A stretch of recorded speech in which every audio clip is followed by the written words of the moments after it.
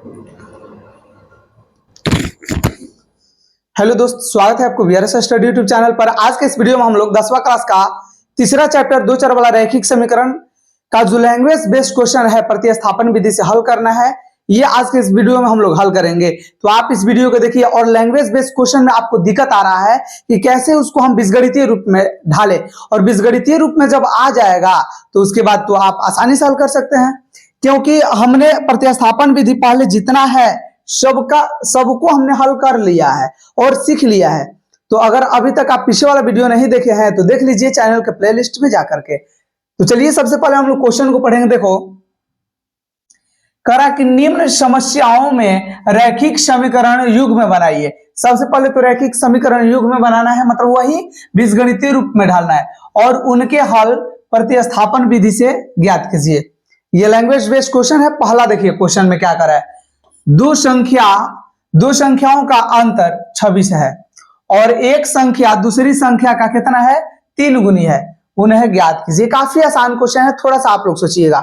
यहां पर देखिए दो संख्या दिया है ना, तो जब दो संख्या दिया है तो यहां पर सबसे पहले आप लिखिएगा, जब हल करेंगे तो सबसे पहले आप लोग को क्या लिखना है,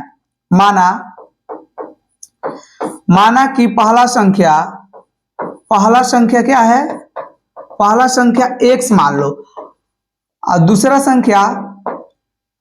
संख्या मान लो कि y है। क्या है, y है।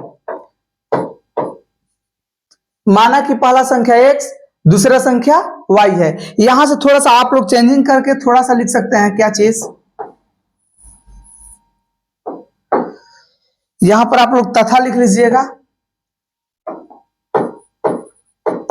देखो, माना कि पहला संख्या x तथा दूसरा संख्या y है। अगर इतना आप लोग सीख लिए तो अब देखिए प्रश्न में क्या करा है कि दो संख्याओं का अंतर 26 है।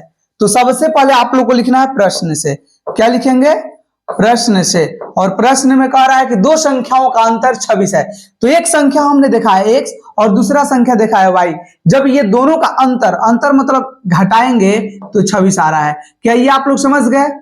तो ये आप समझ गए तो रैखिक समीकरण युग्म एक बना लिए। फिर देखो दूसरा क्या कर रहा है, आगे देखो क्या कर रहा है, और एक संख्या दूसरी संख्या की 3 गुनी है। एक संख्या क्या है, दूसरी संख्या का 3 गुना है। तो एक संख्या इधर लिखो और दूसरा संख्या दूसरी तरफ लिखो। इधर हम देख रहे हैं कि x में से y को घटाए हैं तो 26 पॉजिटिव आया है, मतलब जो x है बड़ा है, बड़ा में से छोटा गुना घटाया है। तो जो ये x है ये 3 गुना है, किसका, y का। तो ये बताओ कौन 3 गुना है, ये माने ये 3 गुना है, ये 1 गुना है।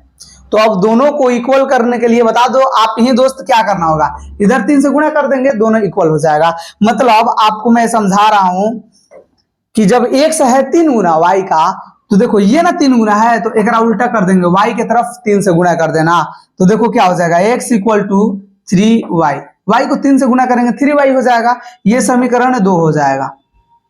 x का मान आया है ना, तो अब इसमें समीकरण 3 निकालने की जरूरत नहीं है, क्योंकि x का वैल्यू आया है। अगर 3 निकालना होता तो जैसे देखिए मान लीजिए 3 कब हमको निकालना पड़ता, जब x और y दोनों एक ही साइड हो, मतलब ये जैसे है, तब हमको जाके समीकरण 3 को निकालना पड़ता। अभी तो जरूरत नहीं है क्योंकि x का मान आया है। अब आप लोगों को करना है क्या कि x का मान या समीकरण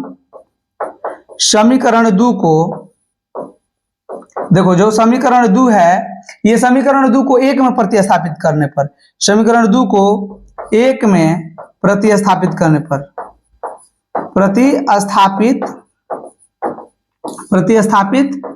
पर क्या आप लोग इतना लिख सकते हैं? जब इतना लिख लेंगे तो अब इसके बाद कुछ नहीं करना है। थोड़ा सा आप लोग सोचिएगा, क्वेश्चन को मैं ऊपर कर दे रहा हूं। जो क्वेश्चन है हम लोग का जिससे हल करना है वो आप लोग को दिख रहा होगा। देखो, समीकरण 2 को 1 में प्रतिस्थापित करने पर जो 2 है, 2 में है क्या, तो x इक्वल टू 3y, मतलब x के जगह पर हम लोग 3y रखेंगे। तो देखो जहां x है वो जगह 3y रख दो। तो ये 3y हमने x के जगह पर रख दिया, माइनस y इक्वल टू कितना है, 26। ये तो आप लोग समझ गए होंगे। अब देखो 3y है, इसमें से y घटाएंगे, बोलो कितना हो जाएगा, 2y।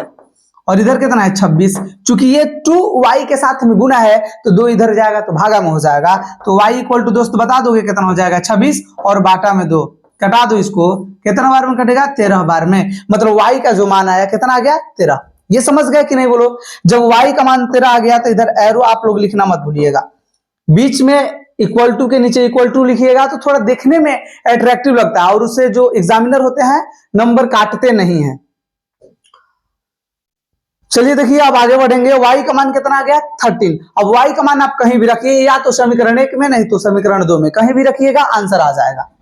लिखिए y का मान समीकरण किस में रख दें बोलिए, हम 2 में रख देते हैं, समीकरण 2 में रखने पर आप लोग चेक कर लीजिएगा कि 1 में रखने पर आ रहा है कि नहीं। y का मान समीकरण 2 में रखने पर y इक्वल टू बता दोगे कितना है 13, तो ये देखो समीकरण 2 में है x इक्वल टू 3y, तो ये हो जाएगा देखो 3 इंटू वाई के जगह पर कितना है 13, तो यहाँ पर 13 रखो, 13 तिया 39 हो जाएगा।